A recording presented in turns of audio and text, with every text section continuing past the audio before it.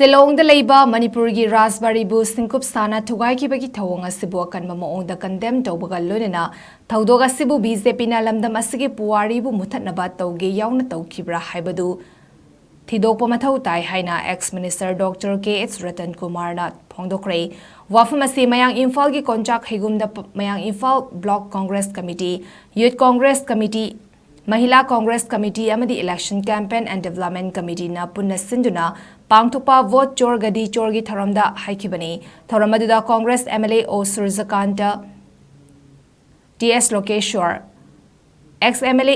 E Duzamani Yaona Congress Party ki luchingba kayasu saruyaki tharamadida Ratankumar na makha taraduna Lamdam Asigi Puwari ga tana thanaba yararoi daba Shillong gi RAJBARI ASIBU MANIPUR na India gi FIVANUNGDA TINKHIBAGA THADOKNABA yararoi daba mafam amani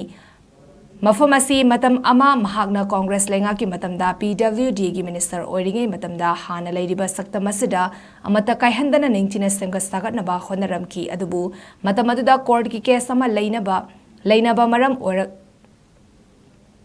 maram oiraga lenga ki santang thadaba yakidabana thabak oina paikatpa ngamkhide adubu manipuri singi yamna maru oiraba mafam asi hojikti historical monument oina semgatpa yagadaba chei ani khakta ngairaba matamasida Manipur miyamda karigumba khangalamba amadi tanaramba taudana kanagumba kharagi thawin silda Touge Yaona Toukhibagi MAONGDA hing amada building asibu thugairamba asi taraina lode thawong asimag BJP na tongan ba lam amadi furup singi leizariba history cultural amadi identity manghannaba honaba adugi manung chenbara haibasi chingnadaba ngamde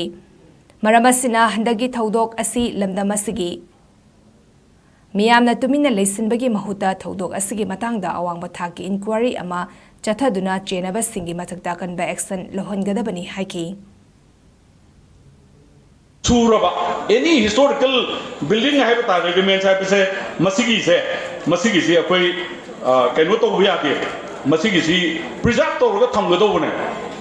manung si da ka gumba hidden akoi gi agenda ama leibra have se akoi manipur gi intelligence ya manipur gi history bu nungsi jaba neina jaba akoi gi adu intellectual myam singsina akoi ngarang na handagi akoi question kanna to re adu masi sabchaba masi gi akoi gi investigation tawong mathou tai masi kana gi order ta tawbano aduga masida thugaiba masida akoi channel ba department natragana akoi gi masigi mari leinaba official sing makoi je koi matik chaba madugi dandi pibam to I akoi ain gi matungina makoi da pibam thokpa keno se akoi penalty pibam to I punishment pibam to I hai dana akoi gi